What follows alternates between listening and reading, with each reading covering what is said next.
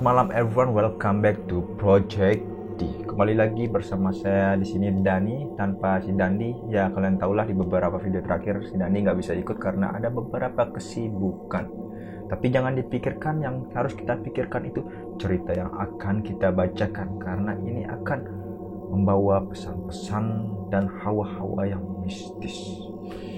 Dan kembali lagi saya akan membacakan pengalaman mistis pendakian yang dialami oleh netizen yang mengirimkan langsung ceritanya ke tim Project D. Saya doakan buat kalian yang menonton video ini agar diberikan keselamatan, kesehatan, dan nikmat berupa anggota tubuh yang masih lengkap seperti jari-jari yang menempel di tangan kalian, agar kalian bisa menggunakan jarinya memencet tombol subscribe untuk Project D. Oke? Sekedar informasi buat kalian yang baru mengikuti Project D bahwa kami juga menghadirkan banyak narasumber yang menceritakan langsung pengalaman mistisnya di channel kami untuk kalian semua. Oke, kali ini sebuah pengalaman mistis pendakian yang dikirimkan, yang dialami oleh saudari SM. Superman? Bukan. Ingat, ini saudari. Kita samarkan saja namanya, takut menyinggung. Kisah nyata ini tentang kejadian 4 hari hilang di Gunung Rinjani. Sebelumnya saya ingatkan jangan lupa memakai masker agar kita tidak ditilang. Dan buat kalian yang masih memakai tethering ibunya, bapaknya, bahkan temannya, saya sarankan kalian agar mengubah settingan YouTube kalian menjadi 144 pixel. Jadi seperti apa ceritanya? Langsung saja kita masuk ke horror mode.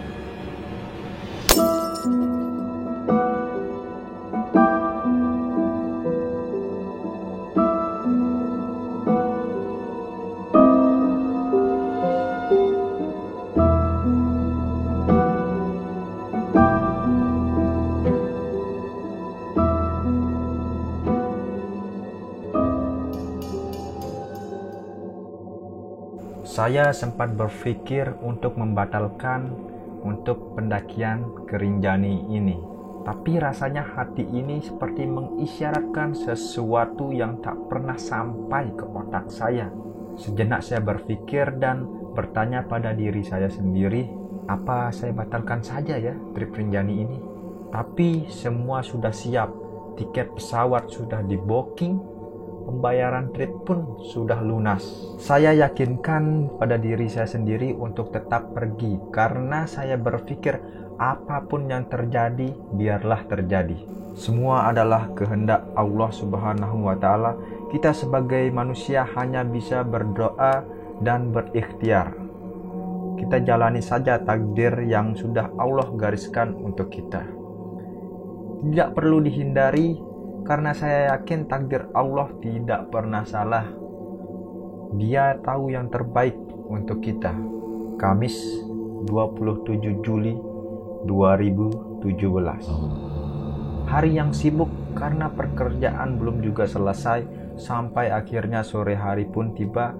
Akhirnya Pak Bos yang pengertian rela melanjutkan pekerjaan saya dan mengizinkan saya pergi. Segeralah saya bersiap untuk pergi.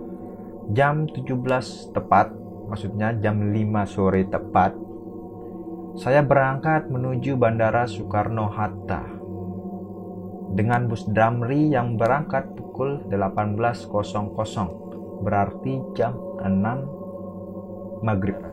1 jam perjalanan pun saya sudah tiba di bandara. Di sana sudah berkumpul teman-teman sebagian rombongan, ada yang berangkat dari Halim Perdana Kusuma, bahkan ada yang sudah sampai di Lombok. Saya dan teman-teman terbang menuju Lombok dan tiba jam 23.30. Kami berkumpul sambil menunggu carrier kami keluar dari bagasi. Pendakian Rinjani ini diikuti oleh 25 peserta dan 3 CP. Maksudnya CP ini adalah ketua trip, yaitu MY, Arlan, dan Yusuf. Setelah semua mendapatkan carrier masing-masing, kami menemui teman-teman kami yang sudah lebih dulu sampai. kami berkumpul dan Arlan mengabsen semua peserta. Setelah semua lengkap, kami jalan menuju mobil jemputan yang sudah dipesan oleh MY. Kami semua diantar menuju tempat makan ayam taliwang. Selesai makan, kami diantar ke rumah salah satu porter yang sudah di-booking untuk pendakian esok hari. Kami beristirahat malam, tiba-tiba pagi pun tiba. Kami disuguhi sarapan pagi dan teh hangat untuk mengisi hari-hari saat-saat sebelum pendakian. Setelah semua selesai packing ulang dan sarapan kami diantar menuju tempat untuk memulai pendakian, kami tidak memulai pendakian dari base camp, tapi dari daerah Sembalun Mboiem. Dari sana kita dapat menghemat 2 jam untuk bisa sampai ke pos 1. Sebelum memulai pendakian terlebih dahulu kami briefing, kemudian berdoa agar perjalanan kami berjalan dengan baik dan kami dapat kembali dengan selamat. Setelah selesai doa, kami mulai berjalan menuju jalur pendakian Sembalun, jalur yang cukup panjang menuju pos 2, kurang lebih 4 jam. Kami dibagi 3 kelompok. Di perjalanan, tiba-tiba kaki saya lemas sekali. Masih terus berjalan, tapi lutut saya seakan-akan tidak ada tenaga. Akhirnya saya pun berhenti dengan beberapa teman, yaitu Maya, Bang Budi, dan Fadel. Saya mengolesi krim sambil memukul-mukulkan lutut saya. Dan alhamdulillah sudah lebih baik dari yang sebelumnya dan sudah bisa berjalan kembali. Kami pun melanjutkan perjalanan. Ada beberapa orang yang memilih naik ojek menuju pos 2 dengan tarif 200.000. Jam 13.30 kami sampai di pos 2. Saya bersama dengan Om Farid, Danang, Arlan, dan Bisma beristirahat sejenak sambil makan siang. Setelah itu kami melanjutkan perjalanan menuju pos 3. Dengan waktu tempuh kurang lebih 1-2 jam. Pukul 15 tepat, jam 3 siang, kami sampai di pos 3. Kelompok 1 dan 2 sudah sampai terlebih dahulu. Mereka sudah mendirikan tenda, kemudian kami mendirikan tenda dan Abang Porter pun sudah mulai memasak. Tak lama kemudian makanan pun siap. Kami makan sore sambil menikmati sore sambil berfoto ria. Sekedar duduk-duduk sambil bercanda, malam pun tiba. Dan kami pun beristirahat agar mengisi tenaga untuk perjalanan keesokan harinya yang semakin menanjak, ditambah lagi dengan tanjakan yang dikenal dengan 7 bukit penyesalan. Tapi kenyataannya ada 9, karena ada 2 anak bukit. Bukit yang panjang seakan tiada akhir, mungkin karena panjang dan melelahkan. Pada saat mendaki bukit ini, maka orang akan menyesal. Tapi alhamdulillah saya tidak menyesal. Walaupun capek dan hampir putus asa karena tidak sampai-sampai, akhirnya pukul 16.30 kami pun mengecamp. Untuk yang kedua kalinya, kami mengecamp di Pelawangan. Di Pelawangan ini kami memilih lokasi yang paling dekat untuk menuju puncak. Lokasi tempat kami mengecamp dekat dengan sumber air, jadi kami tidak perlu jauh-jauh untuk mengambil air. Kemudian kami mendirikan tenda di sana. Kami makan-makan, foto-foto sambil menunggu malam. Malam pun tiba. Abang Porter pun sudah siap memasakkan makanan untuk kami. Kemudian kami makan dan kemudian kami istirahat. Karena kami harus summit nanti malam. Tepatnya tengah malam. Tapi saya dan beberapa teman masih saja ngobrol, ada yang curhat tentang kekasihnya, ada yang bercanda, sampai malam hingga pukul 22.00 atau jam 10 malam. Kami pun akhirnya beristirahat, tidur dan harus bangun pukul 1:30 malam. Pukul 2 malam Kami pun mulai perjalanan menuju puncak dengan beriringan. MY menunggu di barisan belakang, dan Bang Arlan seperti biasa selalu memantau saya karena dia tahu saya tidak sekuat wanita lain. Saya masih harus selalu di backup. Di jalan saya bertemu dengan Maya, Rahid yang hampir hypo. Saya dan Rahid sudah seperti pasien Maya karena dia yang selalu menghangatkan kami, baik dipeluk ataupun menghalangi tubuh kami dari terpaan angin-angin gunung yang begitu dingin.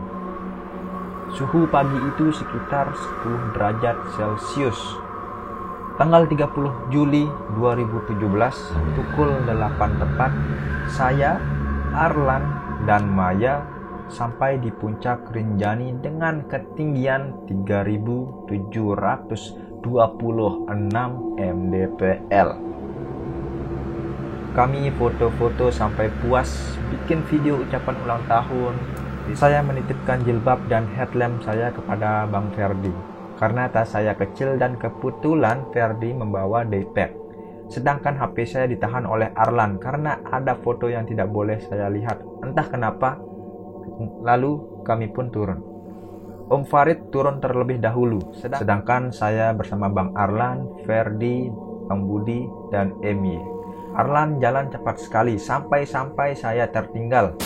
Dari kejauhan saya masih melihat Om Farid dan Arlan, tapi lama-kelamaan mereka menghilang. Mereka cepat sekali sampai saya tidak bisa mengejar.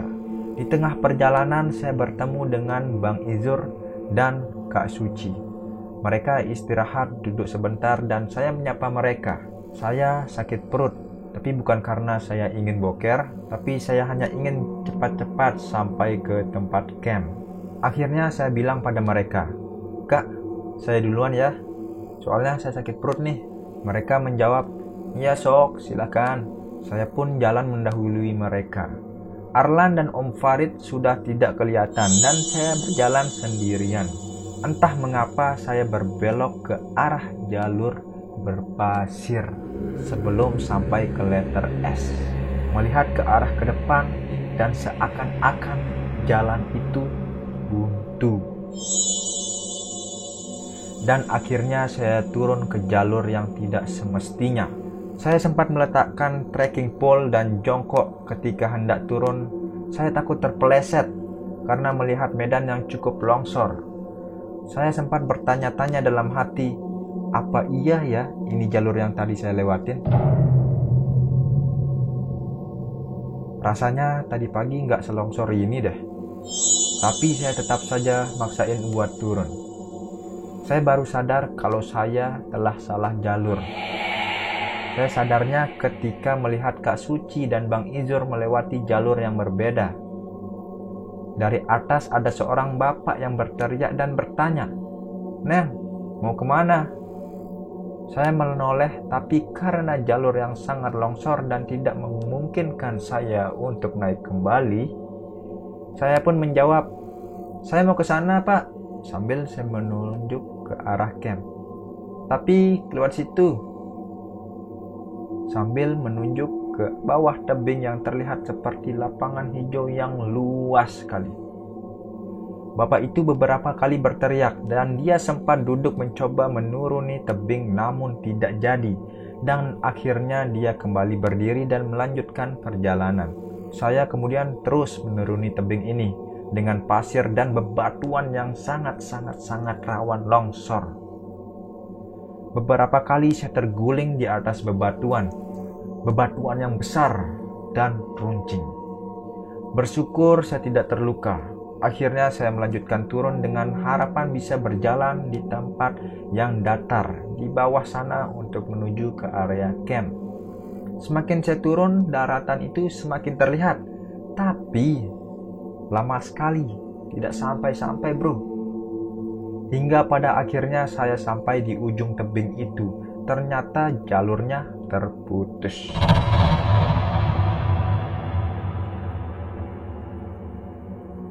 Terputus oleh jurang yang sangat dalam. Saya sempat berpikir, Apakah saya merupakan tumbal di gunung ini? Tapi saya terus berusaha berpikir positif. Saya mencoba memanjat bibir tebing untuk berpindah ke tebing sebelahnya. Namun batu dan pasir yang terlalu rapuh untuk berpegangan, saya lepas kedua sepatu saya agar mudah untuk memanjat bibir tebing tersebut. Saya letakkan satu sepatu saya terlebih dahulu di bibir tebing agar dinding tebing yang rapuh tidak longsor. Tapi sayangnya sepatu itu memantul dan akhirnya jatuh ke jurang. Jika saya tetap bertekad untuk memanjat, bisa jadi sayalah yang akan jatuh ke jurang. Kemudian saya memutuskan untuk naik sedikit ke tempat yang dindingnya lebih kokoh.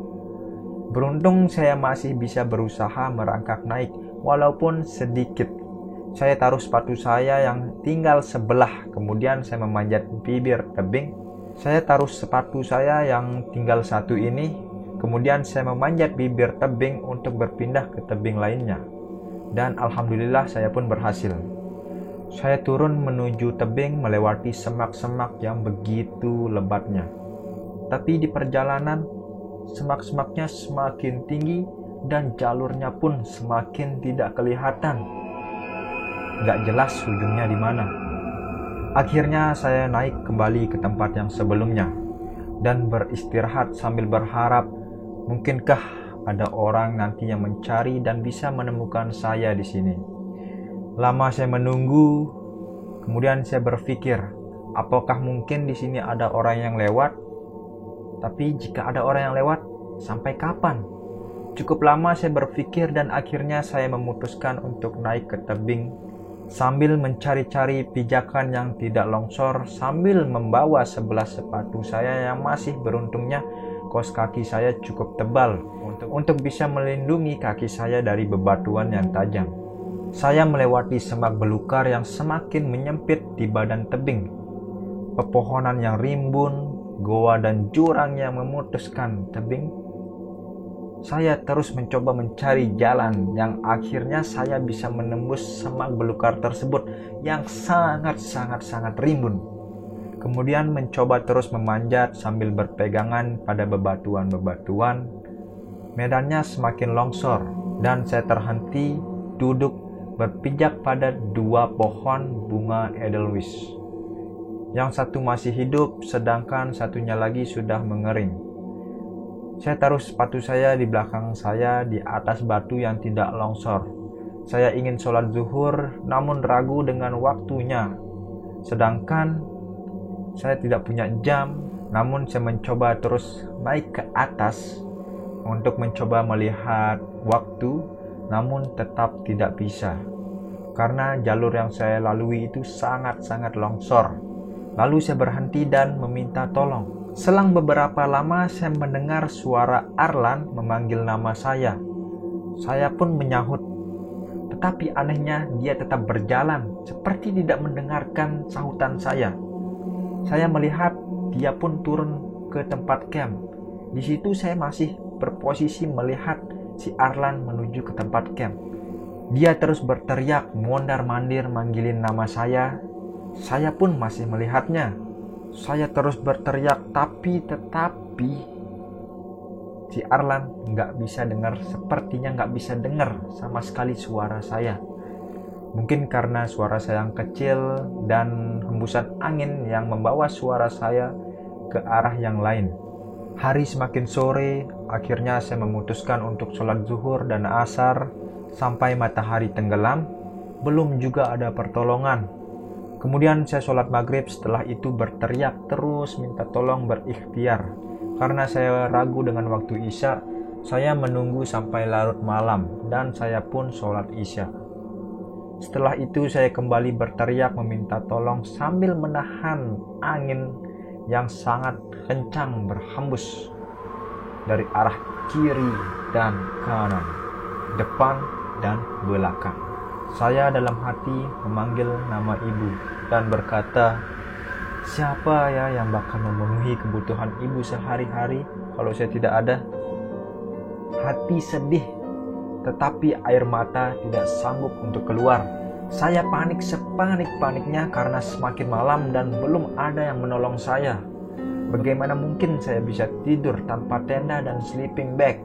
Semakin panik, serasa semakin dingin, dan saya pun mencoba menenangkan diri. Beberapa kali saya berteriak karena saya melihat ada makhluk seperti manusia berbaju putih mencoba memanjat tebing tempat saya berada. Saya membaca surat ayat kursi serta tahlil tahmid yang saya bisa. Alhamdulillah, mereka berhenti. Dari atas tebing saya lihat anak kecil yang sedang bermain-main dengan orang-orang yang sedang beraktivitas, layaknya sebuah desa. Saya berteriak kembali dan ada makhluk hitam tinggi besar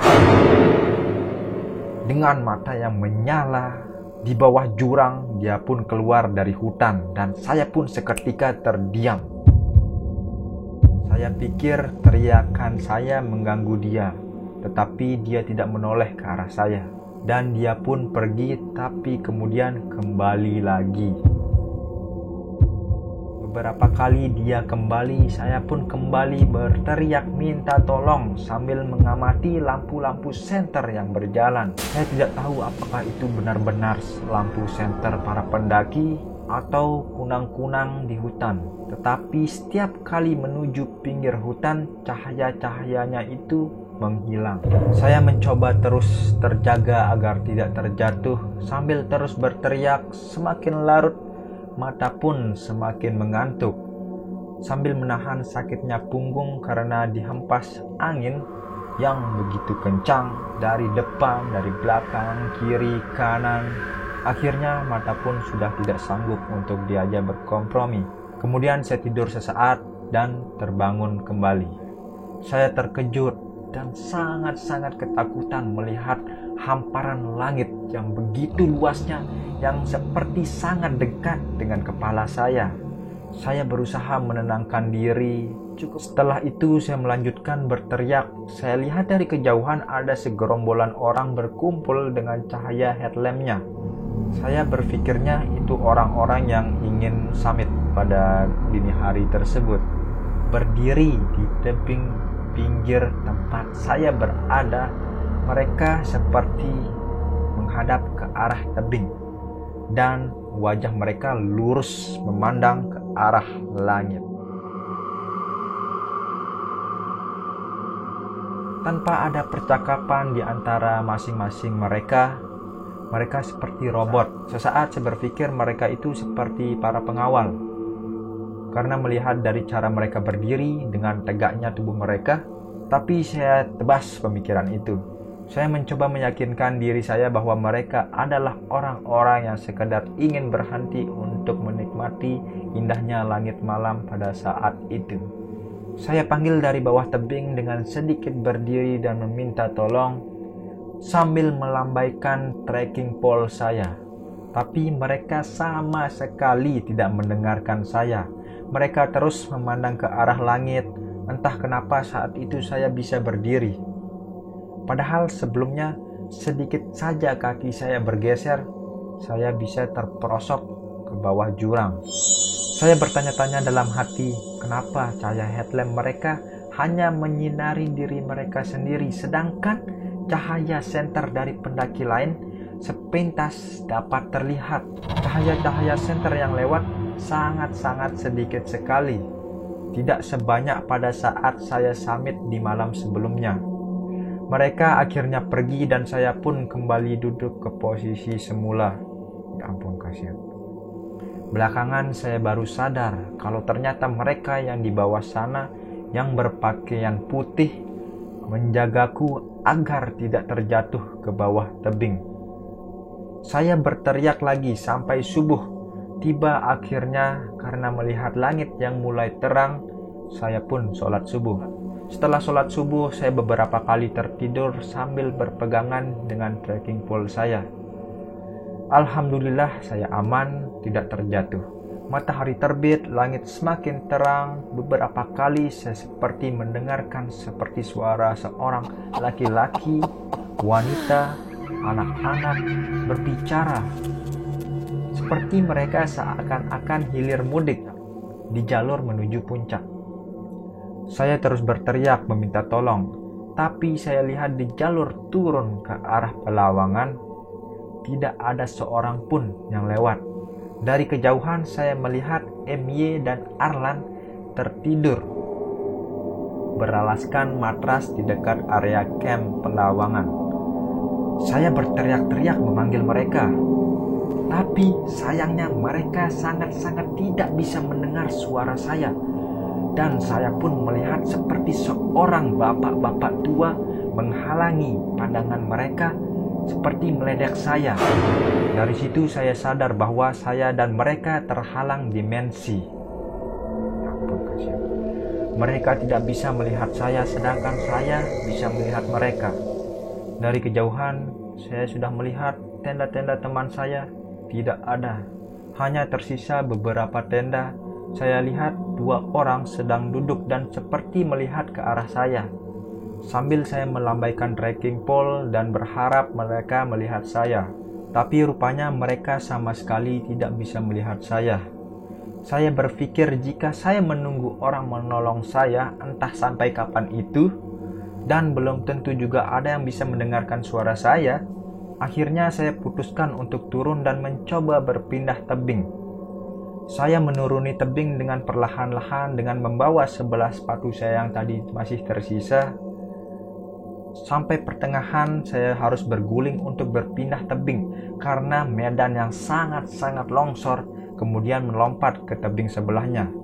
Saya lemparkan sebelah sepatu saya untuk memudahkan saya berpindah tebing, namun sepatu itu memantul dan masuk ke sela-sela tebing yang cukup dalam dan longsor. Saya langsung berpikir, mungkin ini bisa jadi penebus diri saya. Kemudian saya lemparkan trekking pole untuk memudahkan saya berpindah dari tebing dan bersyukur tidak jatuh seperti sepatu saya. Saya berguling beberapa kali dan berharap bisa sampai ke tebing yang satunya yang menuju ke arah puncak. Tapi sayang, saya sudah terlampau lelah. Akhirnya saya putuskan untuk menuruni tebing hingga ke bawah. Sampai ke ujung tebing ternyata jurang.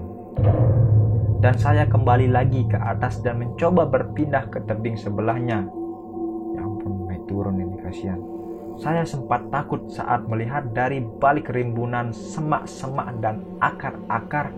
Saya pikir itu seorang yang memantau saya. Lalu saya beranikan diri melihatnya dan ternyata itu hanya ranting-ranting pepohonan yang menjuntai. Saya berpindah tebing dan melewati padang pasir yang sangat-sangat panas. Kalian bisa bayangkan sepatu saya sudah tidak ada, jatuh dua-duanya di tebing yang berbeda. Dan saat itu saya hanya menggunakan kaos kaki yang lumayan tebal. Saya hanya bisa berharap menemukan jalur mendatar yang saya lihat dari kejauhan. Semakin ke depan saya semakin bingung karena jalurnya seperti terputus-putus dan terpecah menjadi 2 jalur. Saya berhenti untuk beristirahat di bawah pohon besar. Saya menumpang tidur di sana. Kerongkongan saya rasanya seperti sangat-sangat terbakar. Saya memutuskan untuk memakan madu yang saya punya sekedar untuk membasahi tenggorokan saya. Setelah sudah cukup beristirahat, saya pun memulai jalan kembali. Setelah beberapa langkah kemudian saya menemukan pohon yang cukup tinggi dan besar. Saya tergoda untuk beristirahat kembali dan tidur. Setelah cukup istirahat, saya melanjutkan perjalanan. Saya masuk menyusuri hutan. Saya jalan terus ke bawah dengan semak-semak yang semakin tinggi, semakin kejauhan. Lagi-lagi sesampainya di ujung bawah terputus oleh jurang. Saya naik kembali sambil melipir ke arah sebelah kanan saya. Saya turun lagi, tapi sama seperti sebelumnya. jalur yang terputus oleh jurang kembali.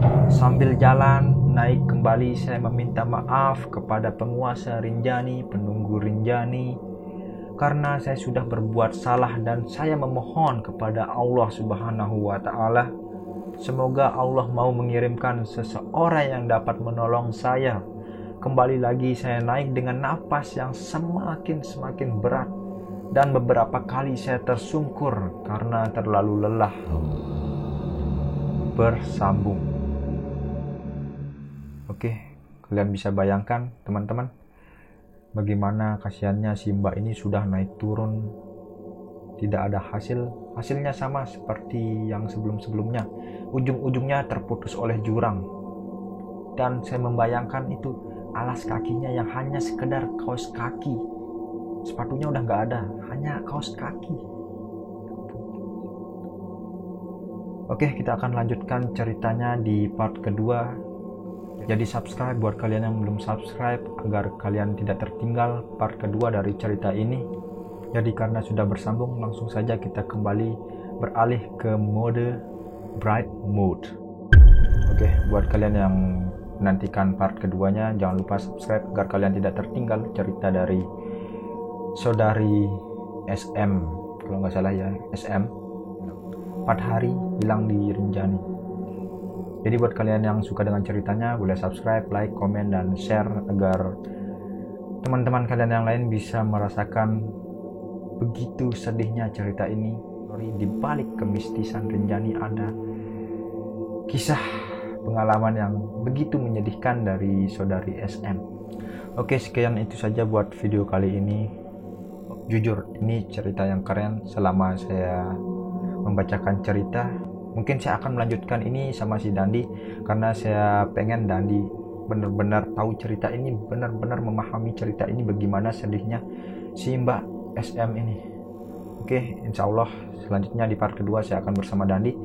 Jadi seperti biasa, untuk mengakhiri video ini, jangan lupa sholat. Oke, see you on the next video. Assalamualaikum warahmatullahi wabarakatuh.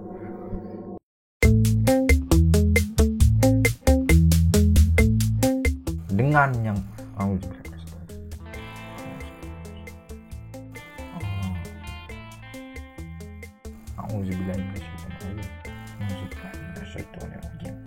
tapi mereka tidak mendengar. Tapi mereka tidak mendengar. Saya melihat seperti seolah-olah arwah. Hanya tersisa setelah beberapa langkah kemudian saya menemukan semut 4 hari hilang di Rinjani.